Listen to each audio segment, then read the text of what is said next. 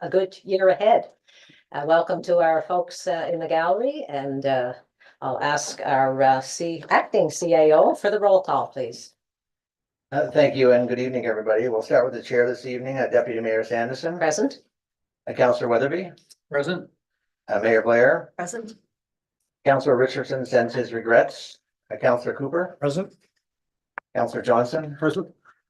Councillor Leggett. Present. Councillor Martel. Present. Councillor Patton. Present. Councillor Benoit online.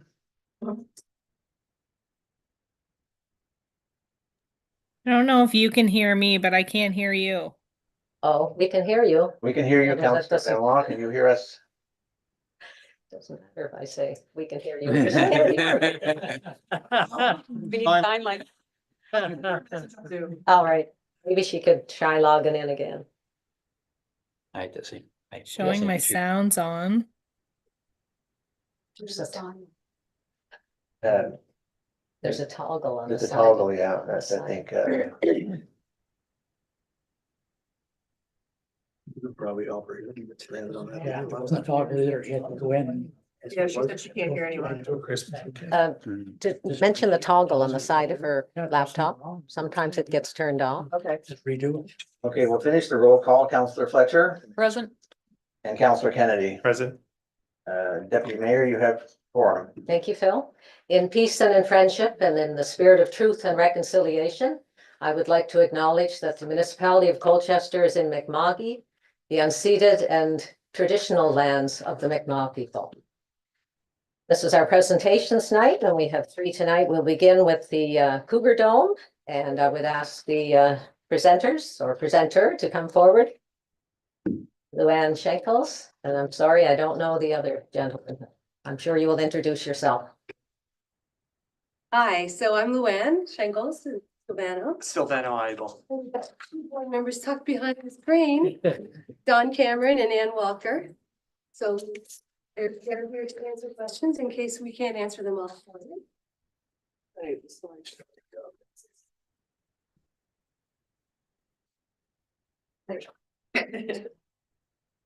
So thanks for having us here tonight.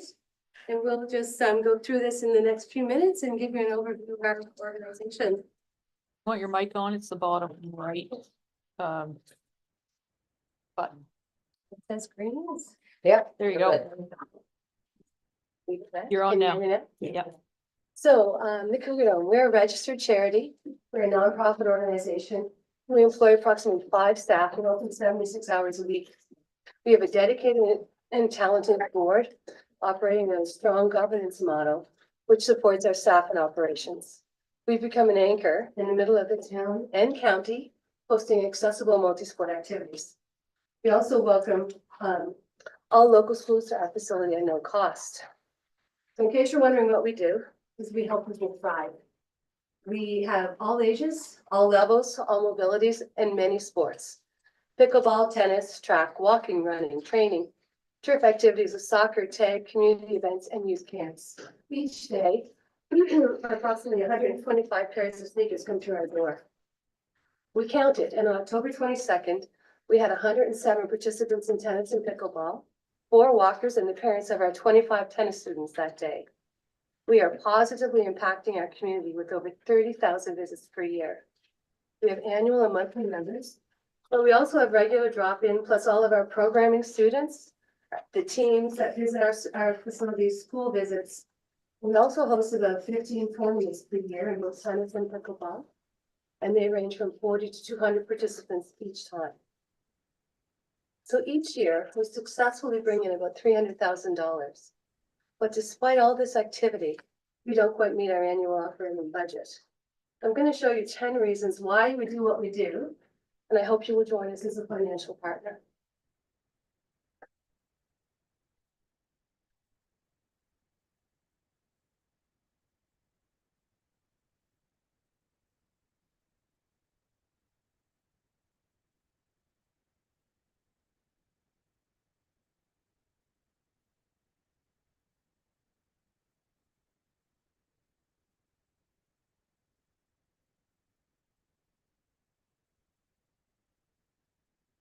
So those are the 10 reasons. Those spaces, participants from every walk of life, all ages, genders, and abilities. We have kids, adults, seniors, wheelchair athletes, Special Olympics, track stars, and track walkers. Campers, both March break and summertime children that come to our camps, tennis and pickleball players and competitors. We host regular days and we host special event days. We serve up smiles and every day watch our visitors have fun, be challenged and make connections. Sometimes the connections happen spontaneously and sometimes we give it a nudge by offering no-cost walking. And this fall, due to some national grant funding, we offered no-cost tennis and soccer programming. We have many happy moments there, but last year was tough. Our board and staff had to dig deep just to continue operations. In this past year, we have increased pricing and improved our registration and pricing processes. We pursued grants and funding opportunities. We looked at sponsorships and private donations, and with TCPEP, we created a strategic plan, of which you have one in front of you. We got a grant of $132,000 from the province, and we plowed that right into our facility, putting in 6 brand new pickleball courts with improved lighting and fencing that made sure that our enclosure was safe for everyone around us. Last spring, you guys at the county gave us $25,000 out of the blue, and we thank you. That was a lifesaver.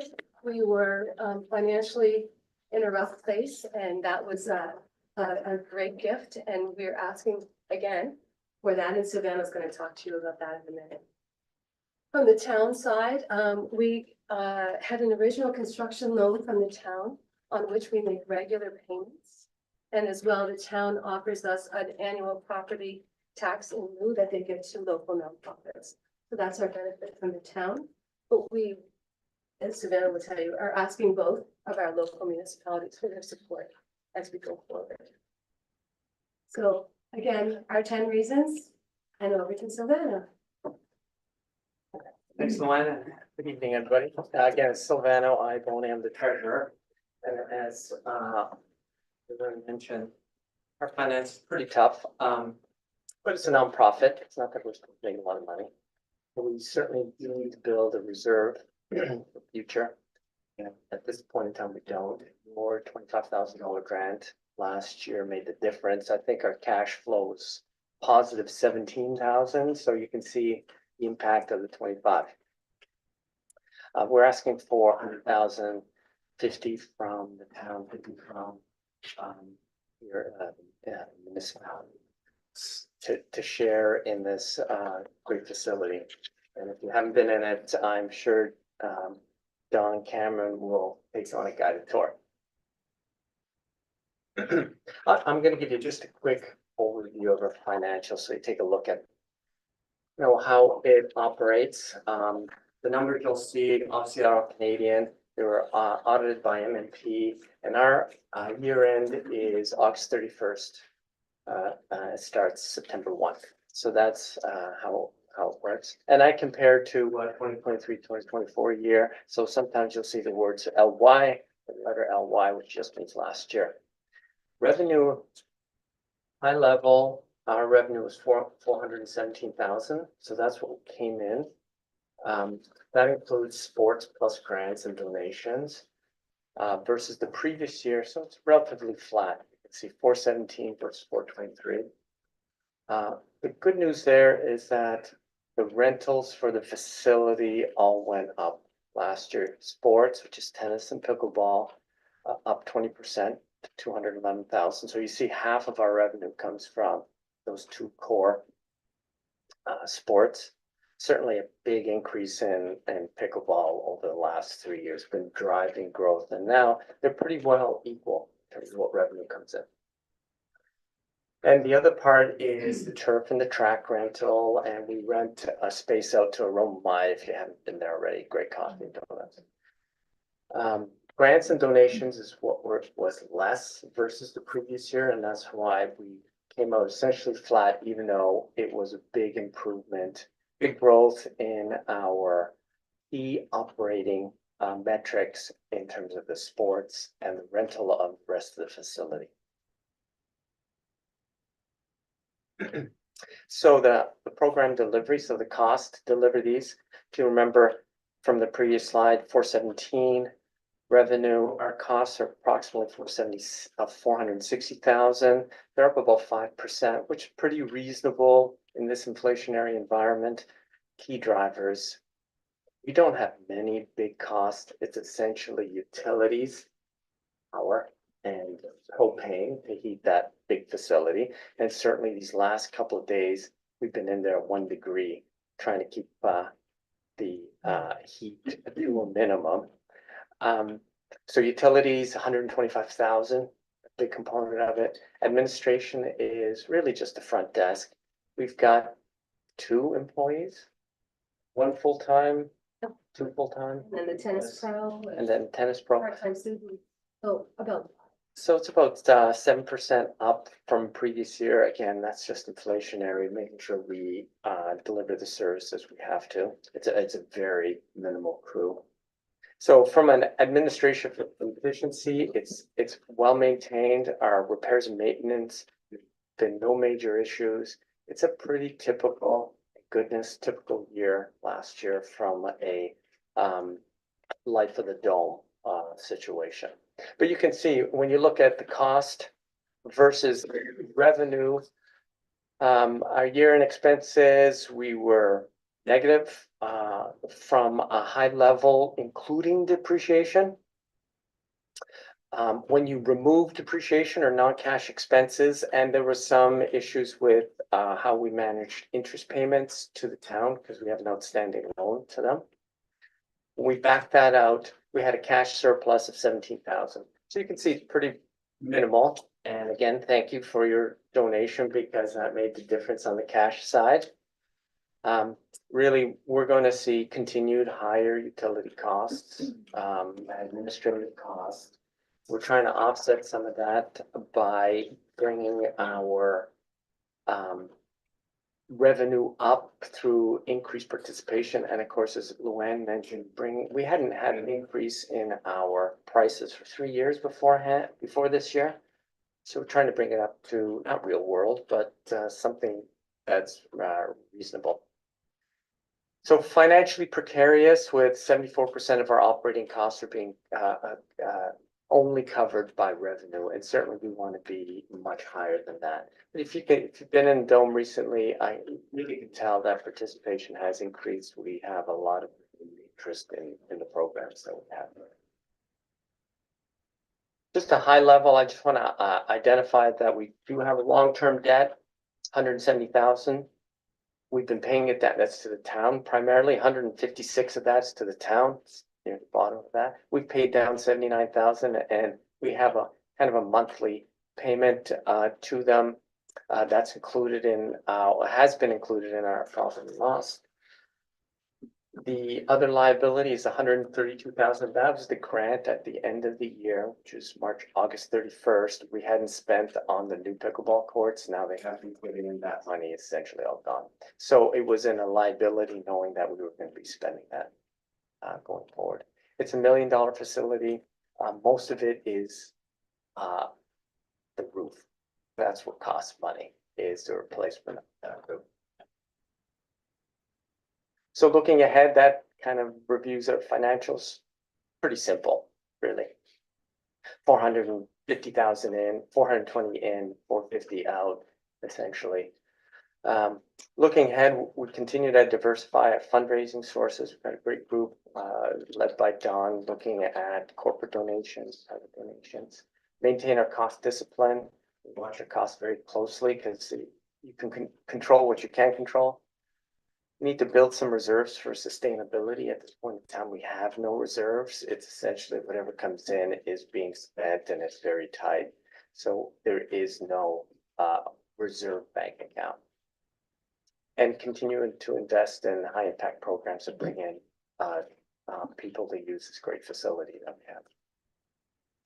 So at the end, I have given you the P&L and the balance sheet for your review. If you need to see them, I'll review them in any detail.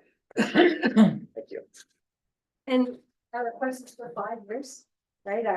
Our request of the annual funding is for 5 years only. We feel that with the improvements we've made in our processes and our pricing, that we will in 5 years be able to stand on our own. And as far as our pricing increases, we have maintained that we want our prices to be accessible to the public. They will not match any of the prices at pickleball facilities around the province or the country. They are a reasonable price. Of course, they are more than free, because we have to keep everything. And, you know, that we're a year-round facility, is something that we're very proud of, that we can offer recreation, on pennies on the dollar compared to many other facilities, on a year-round basis. Don and Anne, do you want to come down in case we have some questions? Thank you, Sylvan, and thank you, Luanne, for your presentation. I would ask for a motion first to, since there is a request and we don't make decisions at this particular meeting, that'll go before council. Perhaps a motion to refer to staff for review. Mayor Blair? Motion to receive the presentation. Mhm. Madam Chair. All right, thank you. Do you want to also move to refer well, this to? We could, okay, and I can, do you want to? ask I'll- a question on the- Yes, all in favor of receiving the presentation, say aye. Aye. Contrary minded, nay. I don't know if we have Marie on the, I don't see her there. She is, yeah, she is here. She's here? I'm just gonna close this screen up. All You should right. be able to see her.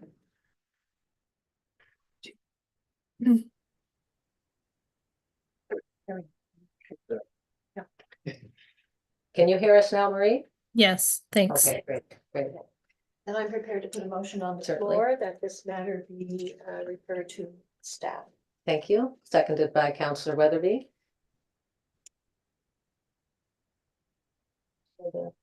Now or at the end of the? I have a question. Yeah, so we'll open it up for questions. Are there any questions? Mayor Blair? I'm sorry. Okay. Councillor Cooper, please. Yeah, thank you. Thanks for the presentation. I know when I was there last year for the open house, I was totally amazed at this, everything you do. You know, it was incredible amount of people there. And what really was impressive is the ability to, you know, you've taken your tennis part, pushed it back, pickleball's taken its place. Ability to change what you do to match what's the impacting sports sort of thing is, it's a key thing for you guys to keep going, that's for sure. And I think you're doing a great job. So I'm, I guess I want to say I'm really impressed with it. Didn't realize pickleball was so hard till I tried it. I'm sure. Looked pretty wimpy when I first looked at it, you know, just watching it. Oh yes, go up there and do a match. Find out very quickly it's not. So, yeah. I just had one question though. I noticed that in your donations there, they went from like over 100,000 down to like 40. Is that a major donor or something, or what happened there? Do you have a? There were a couple of major donors that made large donations on that given year, and then, you know, that's all they were doing. Right. And the other thing is we went on a big fundraising campaign to get donations from within our own membership Right. because of our financial situation, and they responded really well. But you can only go to the well so many times to Yeah. the same wells. So now we're going with a broad corporate sponsorship to try and broaden that support in the whole community. It's going well so far. Yeah, so what would you think would be, you know, like, it's hard to tell, of course, but what would you think would be a reasonable number to budget for donations? Is that like 10, 20, 30, 40? On an annual basis? Yeah, do you have an idea? What you'd reasonably expect? 30 to 40,000. Does that include grants, Mike, or? No, just the donations, I was thinking. Yes, if we were to be able to have sustainable funding for the town and the county, that would allow us that base. Right, yeah, And then that corporate sponsoring, we ask for 5-year sponsorships. They can choose, of course, what they want to do, right, but we try and get the broad, you know, one. So I would say a $30,000 to $40,000. Okay, so that's pretty good. And your point about the conversion of the dome to different uses is so true. On any given weekend, we can have a tennis tournament on one day, use 4 tennis courts, and then convert one of those tennis courts to a pickleball court and use the whole facility for pickleball, like was done a month ago. We had 350 people in playing on 17 courts, was it? 18. 18 different pickleball courts, because you can convert 4 pickleball courts on a tennis court. So it's pretty amazing to see that multiple. Yeah, And people from all over the Maritimes are here and here for 2 days. So, business improvement from our facility as well. yeah, and so, yeah, that's, a lot of people would put that to us as a major event. This kind of is normal business for you guys, isn't it? Sort of thing, so. We have just- great staff and we have a really great group of volunteers. And And quite a that's number of about- CEC kids have been students that have worked there and continue to work there. So we've been grooming those kids and wonderful people. Yeah. No, I'm happy to see the place doing really well. I think I mentioned before that when I got brought to council the first time, I was one of the skeptics that said that'll never work. It's a floodplain there. They'll be gone 2 or 3 years and all the rest of it. So very happy to be proven wrong. I'll tell you that. So, yeah, so. Well, it's a gift that we feel that we want to maintain for the community. It was bestowed with an initial private donation that created the facility. It's a big facility for our small area. Yeah. But we feel that because we've got it, we've got to keep the gift going and with our board of 12 and our staff of 4.5 and our crew of volunteers from both the pickleball and the tennis side, we feel that we can go into the future positively. Yeah. I like seeing that big smile on Horse Soul's face there. Yeah. Anyway, thank you very much. Thank you. Councillor Johnson. I guess I'm on here. Now you're off. So, hello, everybody. Thank you for the presentation. Some of you know, some I don't. Councilor Cooper asked my question because I know going down through it, Val kind of skipped over the donation part. And when I looked at 64 difference, I'm thinking, I don't know why, but I answered. As Don knows, if it wasn't for the Bagnell family and my best friend Scott Ann and that building would be here today. So I've always been involved a bit down there. But the question that I have is that I look at what Truro is doing for you here now, and we've never really been a partner in that until we made a donation here last year. It was an on-schedule donation when your ask came to the table, so it wasn't something that we budgeted for. So we did discuss it and thought we'd support it. And obviously, we did. Looking at what Truro has done in the past and what they've done is that obviously they've done some breaks, lent money to them in year one, and new taxes they've passed that up. But my question is that, do you honestly think that Truro's gonna give you 50K after giving you the tax breaks and loaning you the money and you paying them back on a regular basis? Because 50K is a big ask and it is gonna make a difference to your bottom line if you don't get it. So my question is, how will it affect your bottom line if Truro, I'm not saying they will, I can't speak on behalf of them, back and say, I'm sorry, we've done enough for you folks already, let alone your debt to us and little taxes. So I'm not saying I know anything on the inside, but I'm saying I would be very surprised if they give you folks anything, because they didn't last year, did they not?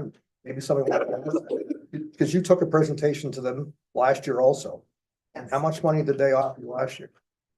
No, you're right. It is really, where you pay back the loan and they waive the property tax. Yes. So from a bottom line perspective, you look at last year, imagine if your grant was removed. We would be Deficit, cash, give you the deficit. yeah, be a cash break even or less, and you guys know. When you're in that plus minus 10,000, anything, we have a major event, snow, it always costs us some money to get things back up again. We didn't have any of those.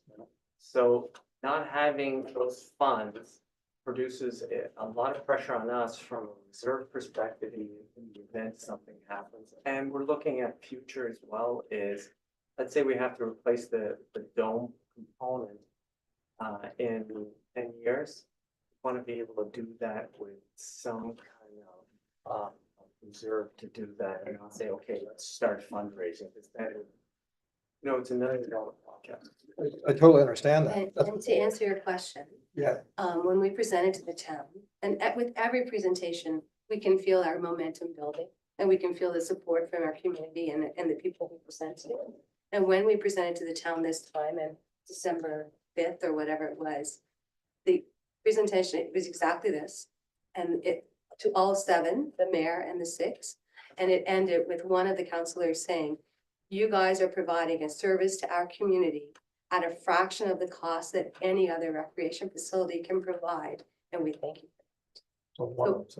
So we hope that you will see that from that same perspective.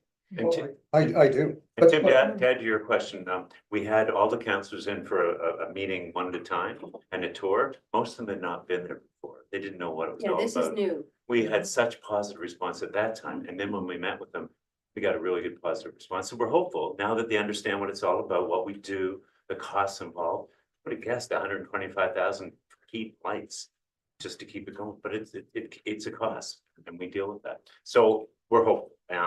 We'll hopefully we won't have to deal with that, but it'll be a very difficult bill. We'll have to find other ways, but. Yeah, so, And back to the donations that we've received in the past, we believe that as our area gets more stress on people asking for funding, such as other recreation facilities, their attention goes to other places such as the new track, instead of coming to us. So there was no change. We didn't change anything. It was just that the attention from some of our previous donors went elsewhere. Oh, fair enough. We should have been able to stand on our own, but we're not quite there yet. no, totally understand. And, you know, the reason I asked the question, if you don't get it, then Don's in charge of donations, right? So it's gonna put additional stress on him because someone's gonna make up a shortfall if you're a shortfall. And then, you know, what everybody knows in the county now is that now we have a new facility at the other end of town that was well established and a lot of money went into it, and it's been overrun with cost expenditures and stuff, and we've put a fair amount of money in as well as the town, so everybody's pulled on donations here, so. Yes, You know, but you're not remember, alone. We have other people coming too, but I'm not saying, I'm not against this at all. Yeah. I think it's a great facility, but it's a tough time to go and work with donations in this county right now. but sure, but we're not only relying on donations and we're not only relying on the municipalities. We've changed our internal processes as well. And with the price increases and our programming, we hope that all of this will help turn our ship around in the next. I hope it does. Anyway, thank you very much. Any other questions or No. yours was answered? Yeah. I don't see Marie's hand up.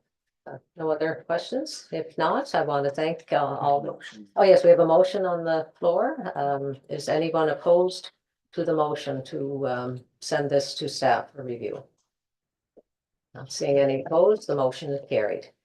Thank you. You've got a wonderful board and some really good team players by the sounds of it. So all the We're all best. invited to come join us at CE. Thank you. Yeah. Thank you. How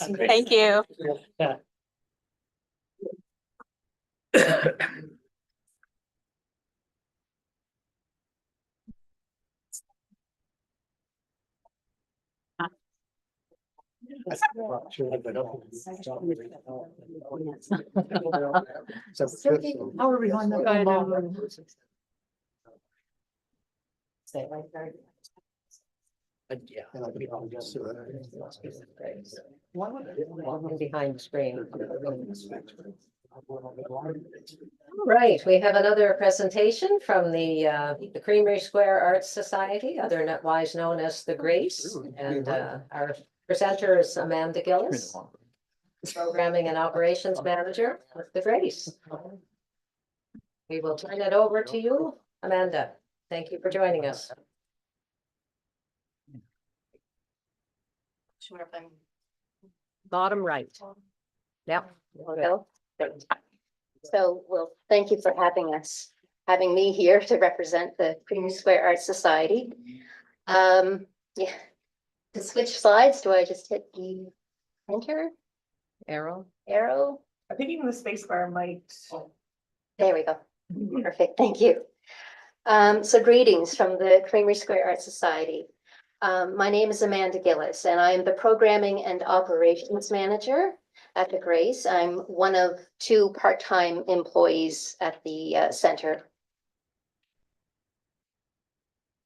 So The Creamery Square Art Society is requesting annual funding of $15,000 to support projects at the Grace Arts Center and in the studio. So this evening, we present a three-year plan demonstrating where and how the funds will be used. And I should point out that we're asking 15,000 and that we be given a 3-year pilot.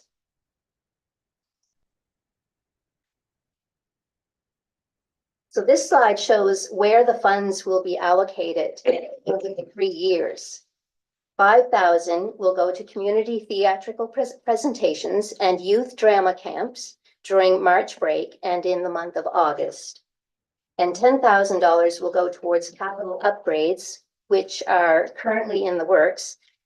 We are in desperate need of lighting, and we also need to complete the studio space so that we can use it for workshops and community events and rentals.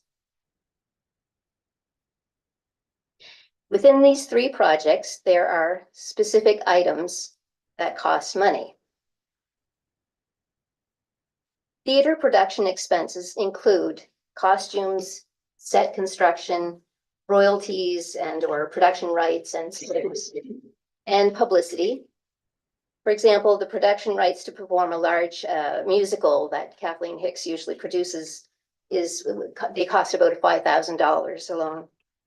And our youth drama camps, our expenses include camp director and honorarium, costs for supplies, and bursaries for families who would like to participate without any financial restrictions.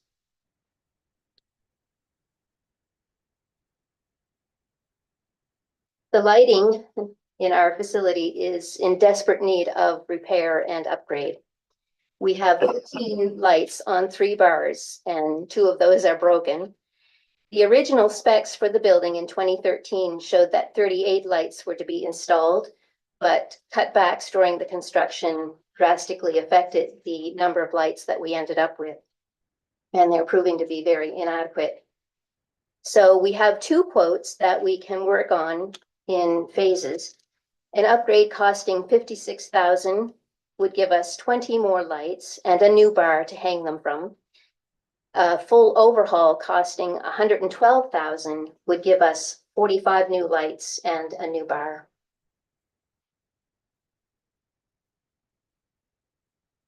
In February of 2025, we had a quote of $46,000 to complete our studio space. This includes flooring, 2 heat pumps, bathroom fixtures, and the construction of an interior wall to create a storage room and to create a porch entrance.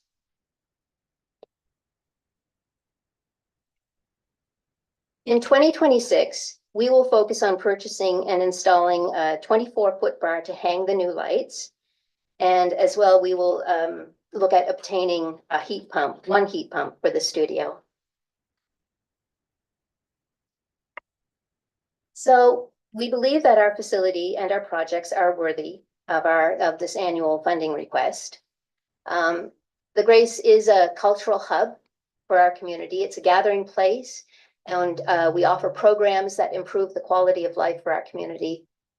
In terms of economic development, the Creamery Square with the Farmers Market and the Heritage Center, it's a center for economic development. In terms of tourism, we have people from around the province and certainly from around Canada and even from around the world. And the tourists do improve the economic well-being of the Colchester County and North Shore and our province in general. For rural development, there are only 2 art centers in Colchester County, the Marigold and the Grace. And the Grace is the only rural arts center. So our projects and the presentations are important to rural development and growth. And just on a personal note, I can speak of the benefit that my love is in theater. And I am able to occasionally do a theater camp or direct a play, which I've done last year. And I can see the benefit of the community coming together and performing and rehearsing and playing games and whatnot. So.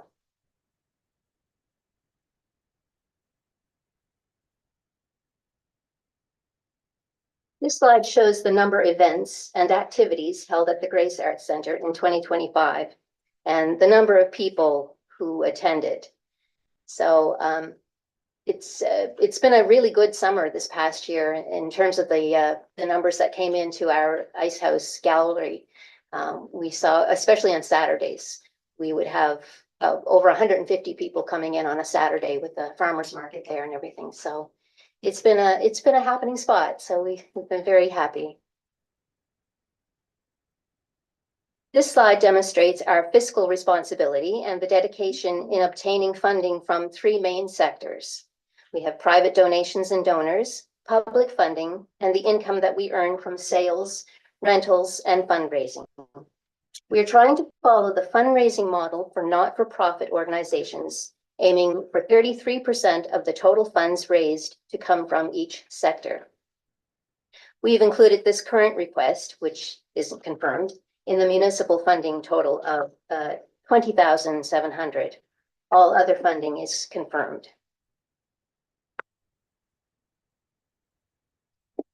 You can note that the financial documents and quotes for capital upgrades are available and attached to the presentation. So the next few slides just show some of the posters that we had for events that we had. The March Break Drama Camp I organized last March, so I hope to be able to do another one this year. And this is a poster of the summer drama camp that another lady put on and the shows that they did. They did a little presentation at the end, which was well attended. And this is a poster of a play that I produced last summer with my colleague. And it was very well attended. We were very proud and pleased with how it all turned out. And we'll see if we can do another one this year. Oh, this is a poster of the best Christmas pageant ever, which they just produced this past December, and it was very well received.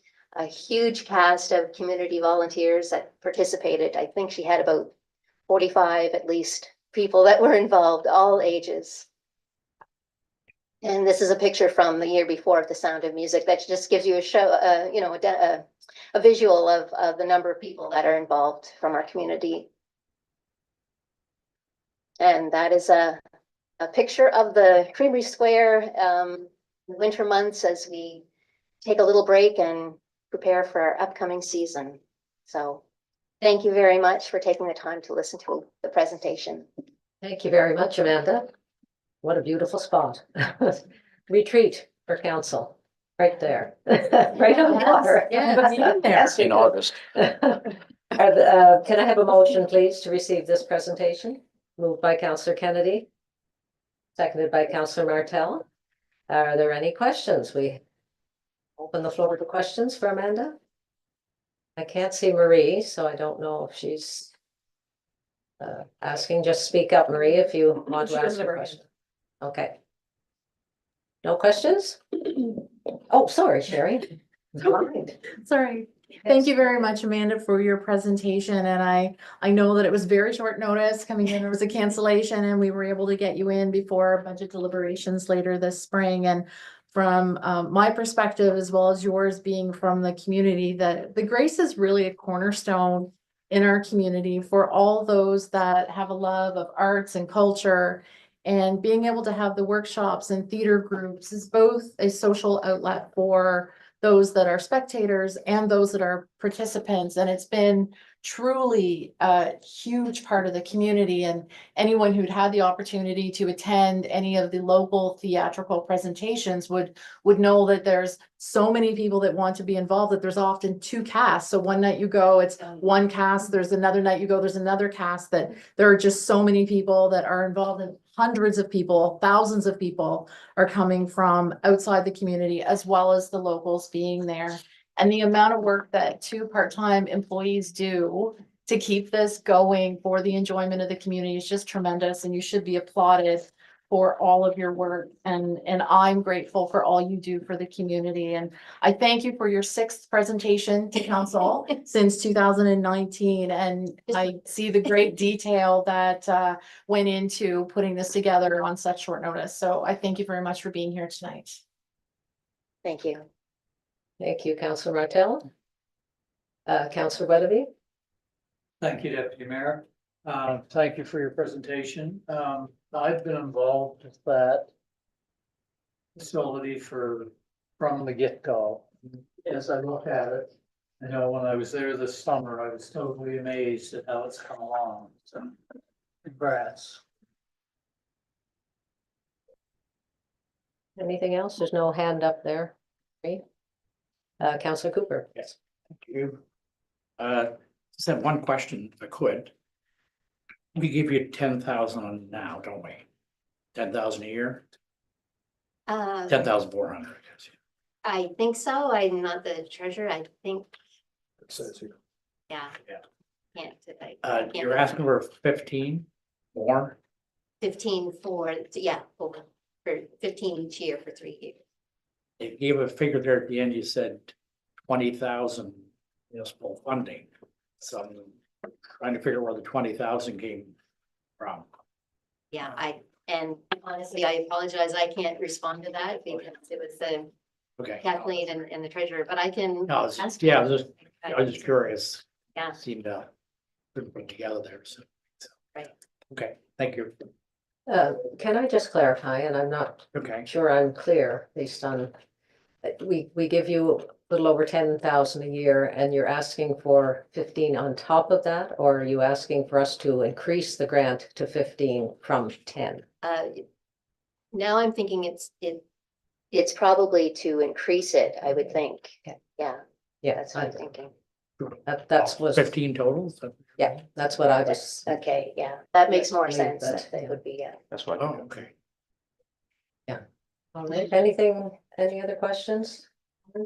Councillor Martel? So is it appropriate for us to make a motion now to refer that to staff for further? It is, interest? but So we I have, would- we have a motion on the floor right now, so if there's no other discussion on this, I would, anybody is opposed to that motion?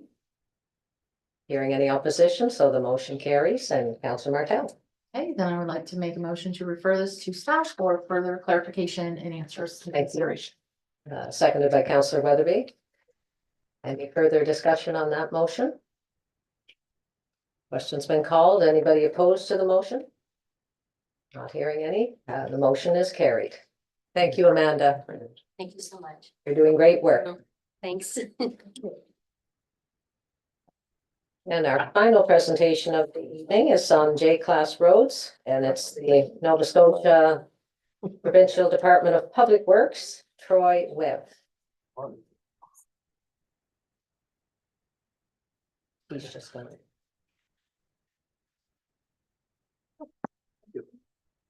Thank you for joining us tonight, Troy, and the floor is yours. Everyone, and happy new year. Saying that, but. Still early. Thank you for the opportunity. Do you want to turn your microphone on there, bottom right? Yep, you're good. So, no, thank you for the opportunity to meet with the council and speak to you on the topic of J-class roads. And what I have is an overview here of the J-class roads and a little bit of history of why they became to be such a discussion. So basically, start off by really what are J-class roads? They're talked about quite a bit in our department and with municipal levels of government. So their basic definition is they're a local subdivision, residential type of street or road. They're maintained completely by the Department of Public Works.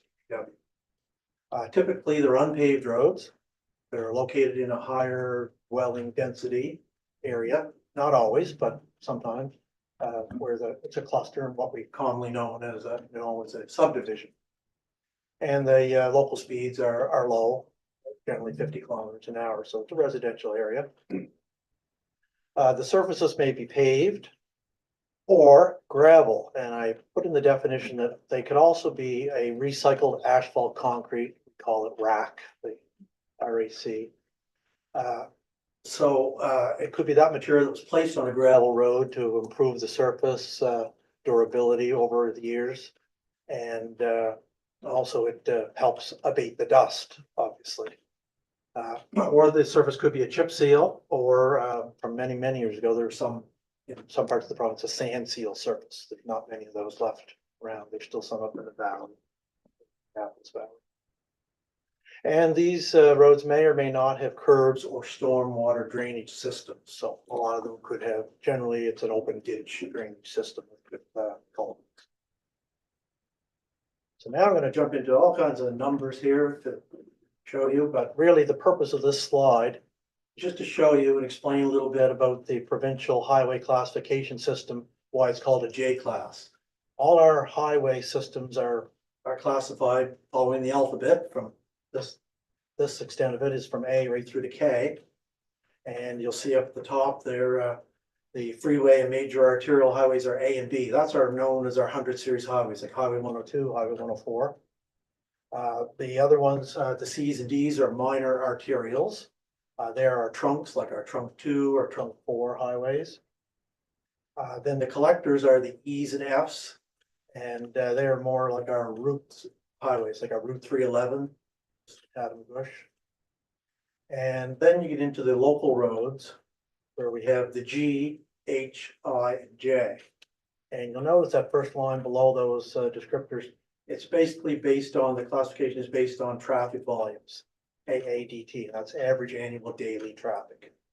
So you see the 100 series can be over 10,000, whereas you look at maybe a route with somewhere either it's over 3,000 or under 3,000. So these local roads, the G and the H, they are a little higher volumes, up in the 300 range or a little under 300. The I's are very low volume, but the J class is the one we're focused on here, and as highlighted in yellow. They are your subdivision type streets, not a huge volume because it generally only serves the local residents or community that's there. So I just want to give you that overview. And then of course the K class are roads that were at one time listed by the department. They're no longer listed. They're abandoned, unmaintained. You tend to see a little more use in recent times for trail use. So all this seems to stem around the Municipal Service Exchange Agreement that took place back in 1995. So I just want to touch on a little history. Some of you may be familiar with it, but I don't expect a lot of people to be too familiar with it. Back then, there was negotiation between the province and all the municipalities in the province, and the provincial government looked at how they were providing services, various services to citizens. And what it ended up arriving at is the provincial government took responsibility for social services and child welfare, public health and long-term care, administration of justice, environment, just the regulatory aspects of sanitation and health standards, and highway police patrols and central policing services. The province still continued to hold on to a range of responsibilities such as healthcare, education, housing, and provincial roads. And when I started my career with the department, I was just coming in on the tail end of this. When I became a manager, it was just starting, and something stuck with me. What took place? One of the reasons they were doing this, and it relates to the first one: social services and child welfare. And it was pointed out that across the province, depending on what county you lived in, a single mom with a child or two were receiving vastly different amounts of money depending on what county they lived in. So that was it was quite dramatic. I saw the figures, shocking. So there was some equity being sought there across the province as part of it. And that's just one stuck with me, but also in many of the other things that your public health, your long care facilities, some of those were looked at. So anyway, the province took over to try to standardize that. Now, that's the provincial side. Of course, the municipal side, municipalities, they took on responsibilities for making these mandatory contributions to correctional services, policing costs, local roads, and here we come with the J class, as well as some other local road classifications that I mentioned earlier, sidewalks, and then of course public transit, land use planning, building inspections, recreation, and weed control. course, the municipalities all already had some responsibilities, and they continued with those for water and wastewater, management of solid waste, public libraries, mandatory contributions to education, and regional housing authority net operating losses. They had to contribute to those. So you know to have an asterisk there by the local roads, J class. At that time, when these roads were being transferred over to the municipalities, some municipalities chose to pay a kilometer service exchange balancing fee. And it was initially set at $3,500 per kilometer for J-class road that was in the municipality. That number was pegged to the CPI, Consumer Price Index. And they could do that in lieu of taking ownership of these J-class roads. So under that municipal exchange agreement, a focus was placed on the J-class roads. And really what the J-class roads were used as just as a tool to balance the municipal funding.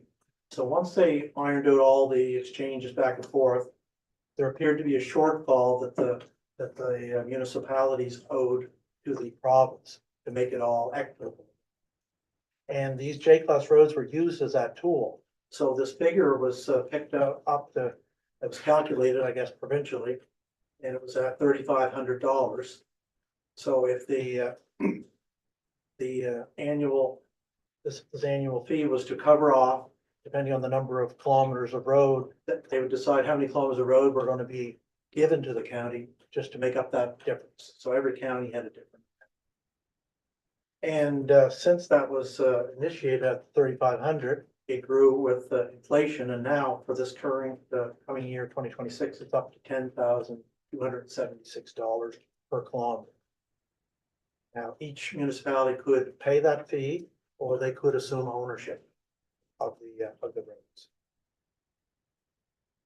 So stemming from this, at that point of municipal exchange, each municipality, there was a kind of a line drawn in the sand that any new roads that were constructed in a municipality would become the responsibility of the municipality after April 1st, 1995.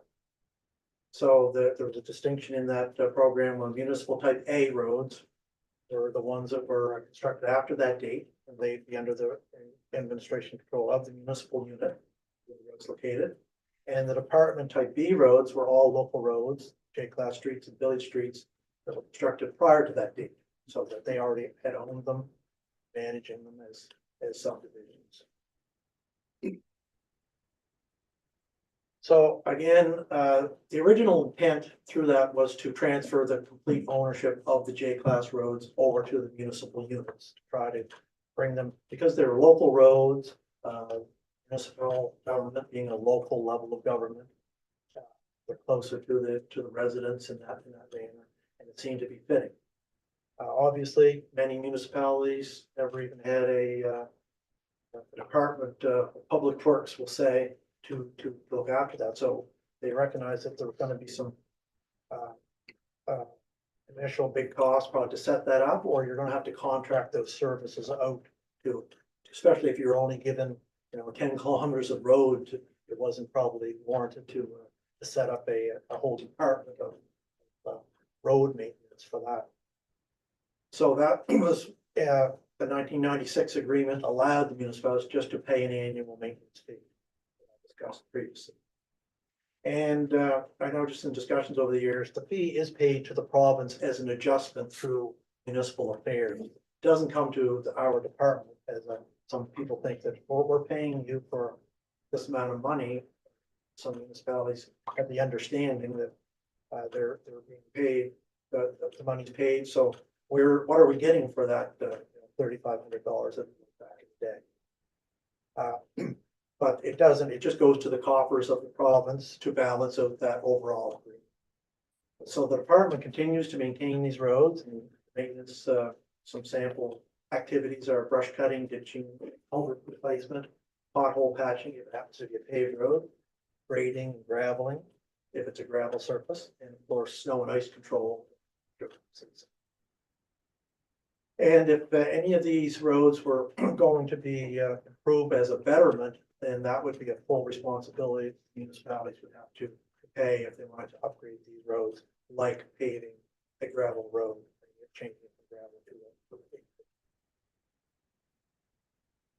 At the same time, there was some alternate reasons why worth pursuing why a cost shared agreement was being pursued.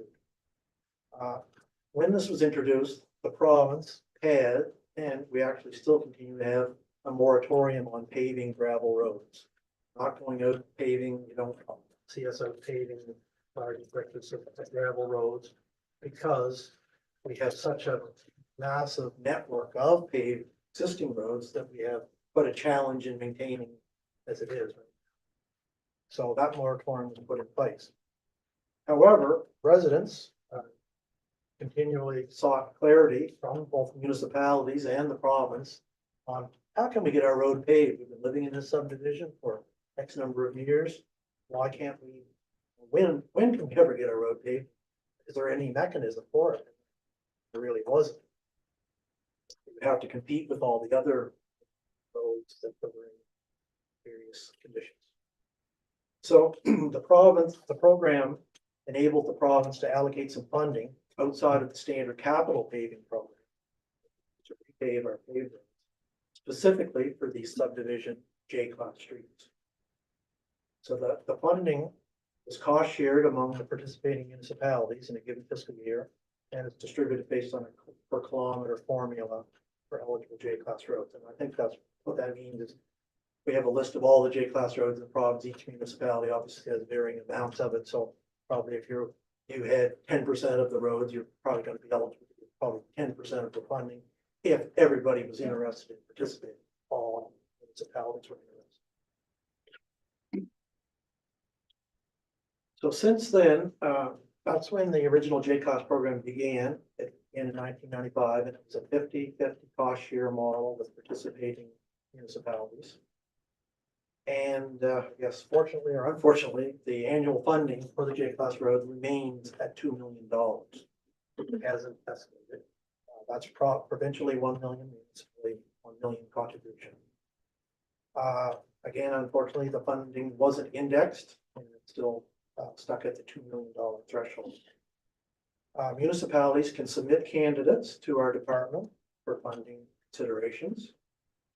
And over the years, I've seen some years that there was limited interest, and some municipalities would say, oh, well, we'd like to do more and more and more. But in recent years, there's been a lot more uptake across the entire province, so it gets a little more competitive, or you have to really go back to that formula to say, well, how many roads do you have in the overall? That seems like an equitable way to share it. In recent years, though, there's been an operational allotment of our non-TCA or non-tangible capital asset funding. It's not in our capital program. It's not a betterment program. $600,000 was added to assist in just focus on repaving of the J-class roads. So some of the roads fell into into a state where they are paved roads, but they're really poor shape. They don't qualify under the J-class program because that's bringing a gravel road up to a paved road. This was to address paved roads that were deteriorating. So this additional fund was brought in and it was added. And we also expanded the name from just a J-class road program to a local roads, J-class and village streets. So really, I'll go back to that first table that I mentioned about the G, H, I, and J. So all those other categories are eligible for cost sharing as well. Sometimes you might have a G-class road that was paved, and residents are asking for it, and it's in bad condition. So again, the costs are shared equally between the province, 50-50, the municipal contributions. I've seen from various counties that I've worked with and in. They may come from general funds, or some counties assign area rates to help recover the costs. That's certainly a municipal decision, how they wish to fund it, or whether they wish to recover the cost locally. The repaving process does allow municipalities to at least prioritize some of the roads. So I would like this one considered. And it improves the chances of funding for upgrades on selected local roads. Because unfortunately, our limited capital budget is often spread around into different categories of the roads that I mentioned, the 100 series, the trunks, the routes. And not much is left for the when it comes down to the local roads. The priorities are just more so leaning towards traffic volumes. So obviously slope, these local J-class subdivision type roads are not gonna win any much weight. We're only talking a small volume they have, trunk highway.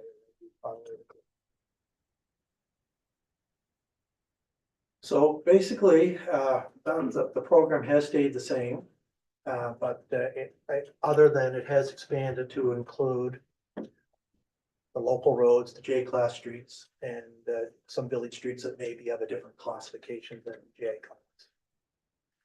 The program does enable municipalities to upgrade provincial roads from a gravel to a paved surface in the communities. And it allows municipalities to identify specific roads for upgrading under the 50/50 cost shared agreement. So it allows a targeted improvements to the local roads, kind of hidden there, local roads. Whereas otherwise, you have to wait until that your road comes up on the provincial list, which is, don't have much input for that. It can be based on the criteria. So at least it's a program that's dedicated to addressing some of the needs, requests from the communities, subdivisions that are becoming populated. The residents that live there, and they're wondering when will they ever get a chance to get a road upgraded. So it's a program that was introduced, and they're still following that. So that's kind of it as an overview. It's a lot of information there. That's it. Thank you, Troy.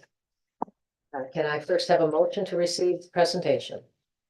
Moved by Councillor Johnson, seconded by Councillor Kennedy. Question, follow-up, Councillor Johnson? I do, thank you, Deputy. Thanks, Troy.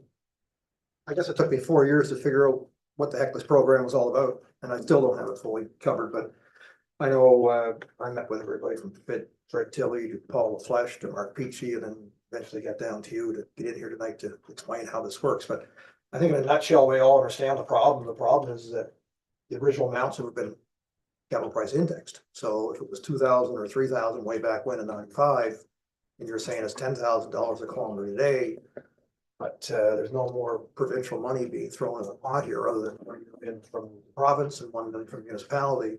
That's the problem.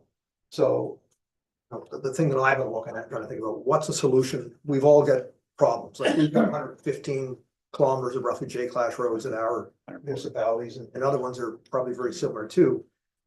Probably none of them are in great shape, other than unless they're just recently paved. We've got streets that I know Michelle of Public Works could probably speak on it. We're doing our own streets every 15 to 20 years, and they're in better quality state than what the J-class roads and our subdivision roads are. So I'm just trying to think outside the box. We're never going to get these J-class roads paved to a regular basis that people are happy with them with the current dollars going in the program, and how we got to fight to get a street paved. So it's not working, and it will not work, and it will never catch up. So I've been trying to think here the last month, what's the solution to the problem here? I don't have it, but I'm thinking that somehow together between the province and the municipalities, we are all in the same boat. We've got streets that will never get upgraded to where they should be or where the residents want them. Why can't we put together a finance program with the province and bring every J-class road in the province up to today's specs at X number of dollars, and we borrow the money and you folks borrow the money, and they all get done at once, and then we get on a rotation basis from 15 to 20 years from now that we can deal with it, but we could pay that money off in financing for the next 15 to 20 years. So we will never get on a rotation that I can tell right now. Because I look back a year ago, we paved one short street, one regular sized street. We put one road forward, we put more, but I think we may get one this coming year, which isn't even a kilometer long, so rotation doesn't work at 150 and 1 kilometer or less a year. So I would like to see the province sit down and work with the municipalities, and I'm sure they've talked about it, but how can we finance a program today or in the next X number of years to bring them all up, pave them all, and we do a financing program through ourselves and the province, because you're in the same boat we are. You're not putting the money in the pot either. It has to be done.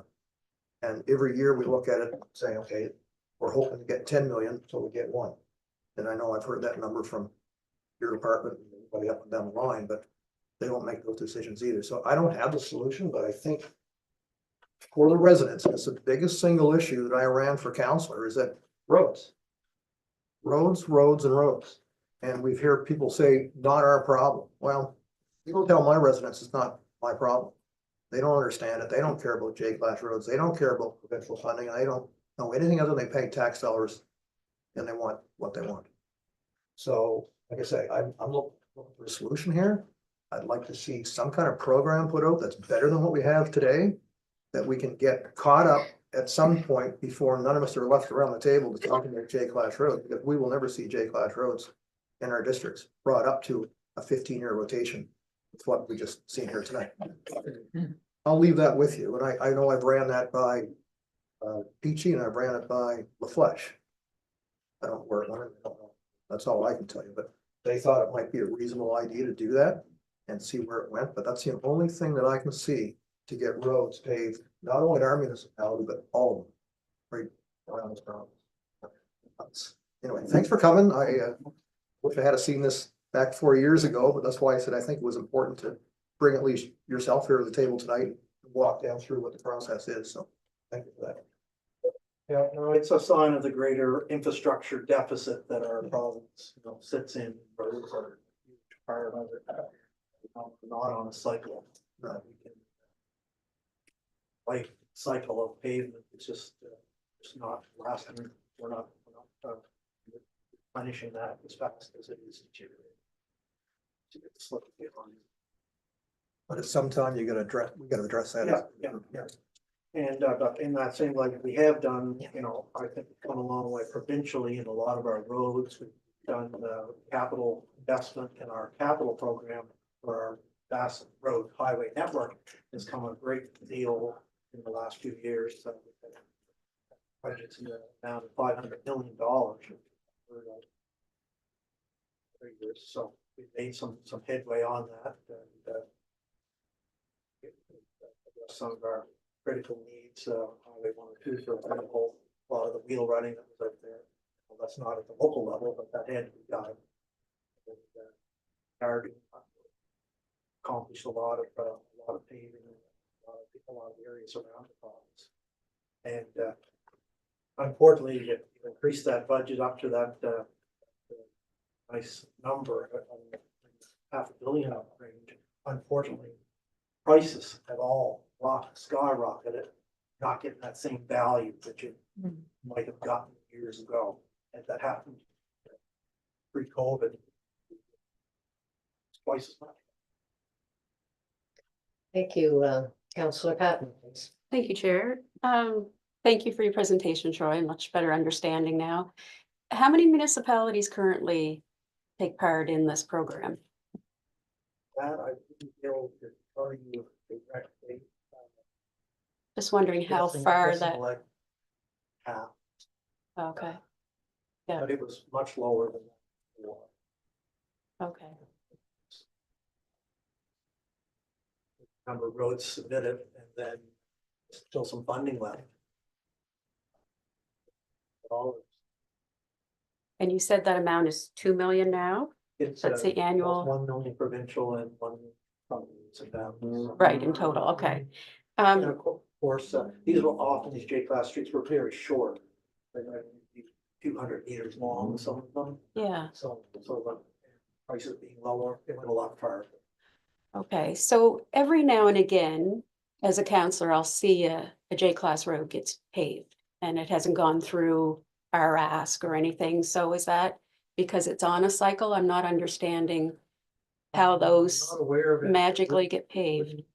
J class. Yeah. Okay. Like over here on Avon Street was one that's not in my district, but that was done 2 years ago, I believe. That's a rim program. Okay, Oh, it right, was. okay, yeah, it's just overlaid through a rim patching, it's called Okay, pavement patching, although it's a place with a spreader. okay. And Dixon Drive was another one.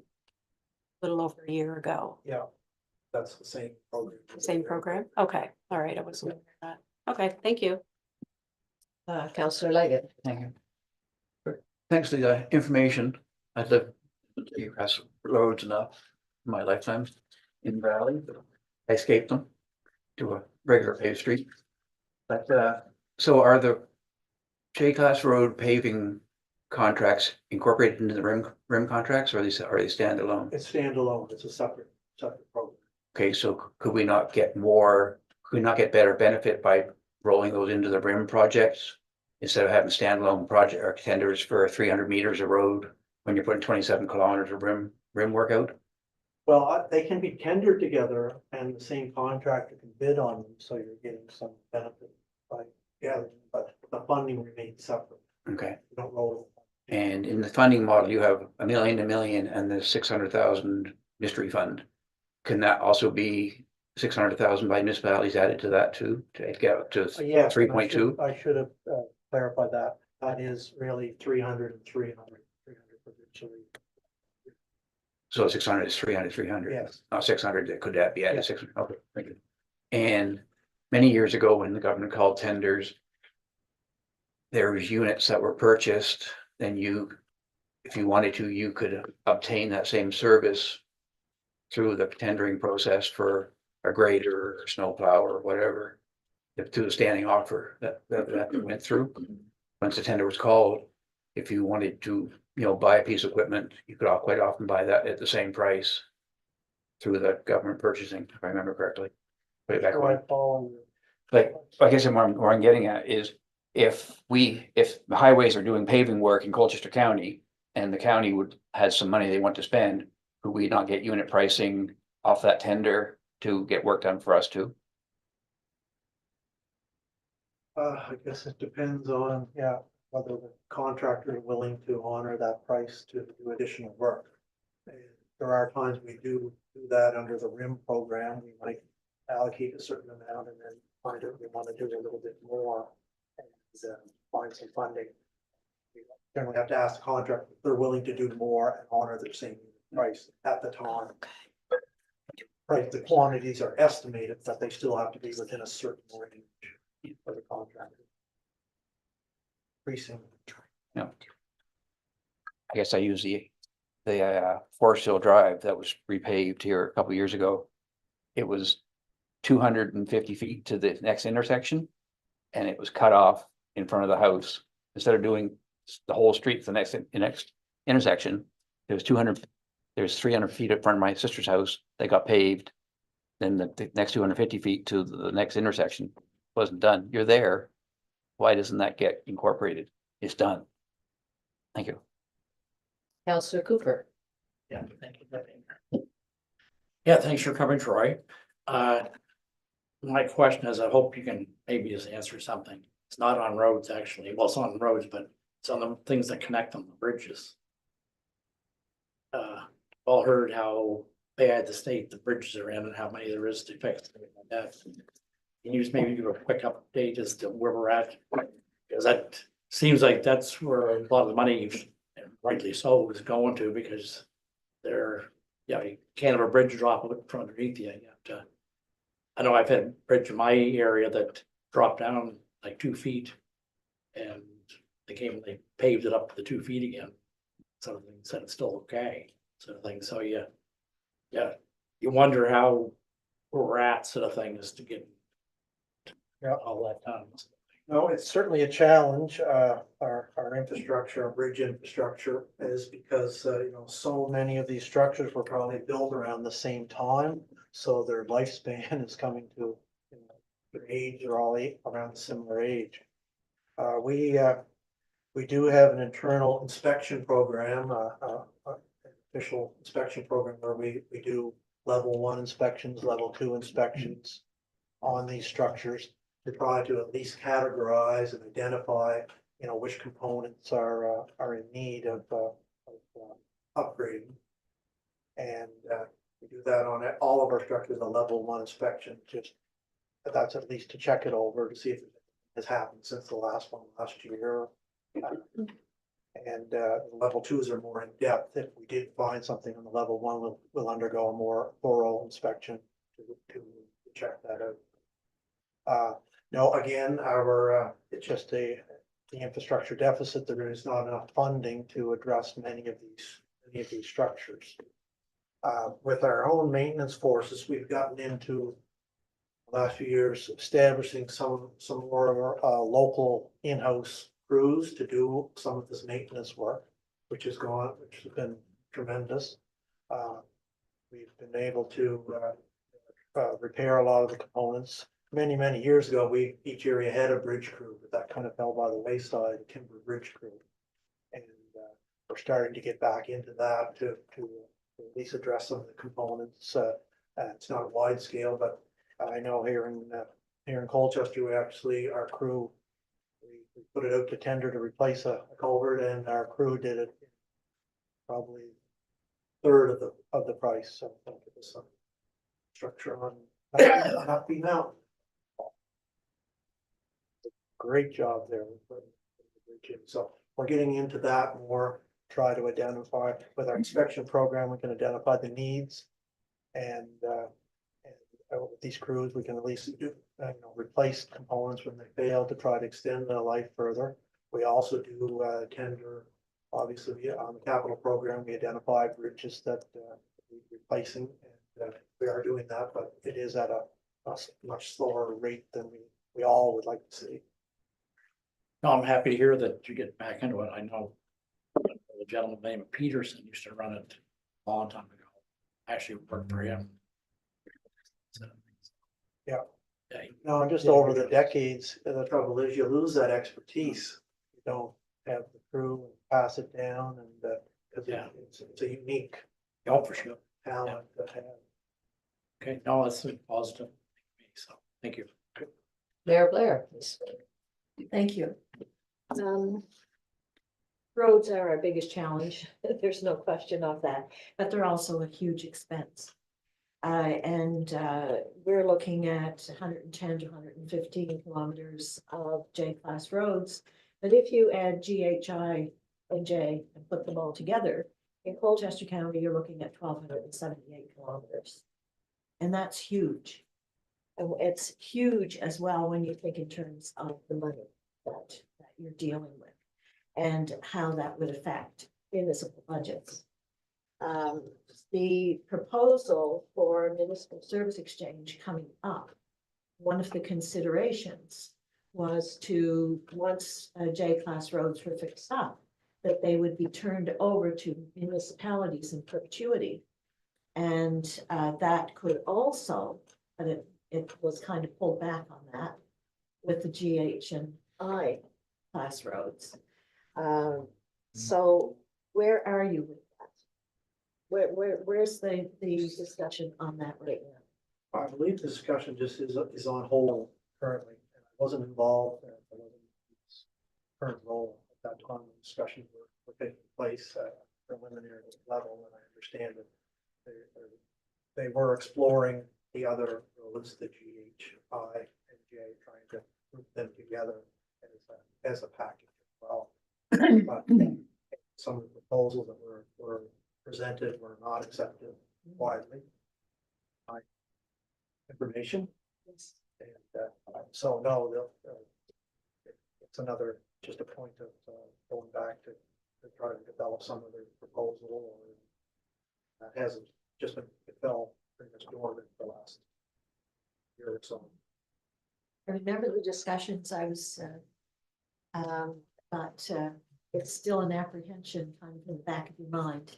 What may happen in the future, or could, or might, or whatever happen in the future.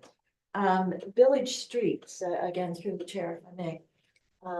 Village streets, what do you mean village streets? Because a lot of village streets, when you have, for example, the village of Iron Hill, the village of Tattamagush, those streets are provincial streets.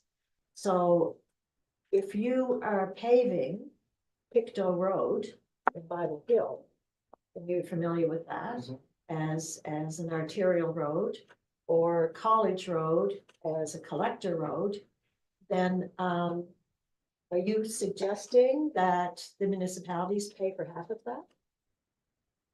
Not on those particular roads, no. The village streets, I think, would be trying to see what, really they'd be listed parts of roads, but they may not be that classification of the J class. I think it just means to encompass local roads. What I think of is some of the streets in Tattamagush, for example. Some of the short little lanes that are provincially owned, so. They all obviously have a name of some sort, but they're, I think in Cumberland County, the Pugwash area, Yes. many streets. Some of that, so I think that there are provincial roads, but they're more to locals, local use, serve local access, but they may not have been classified as a J class subdivision type.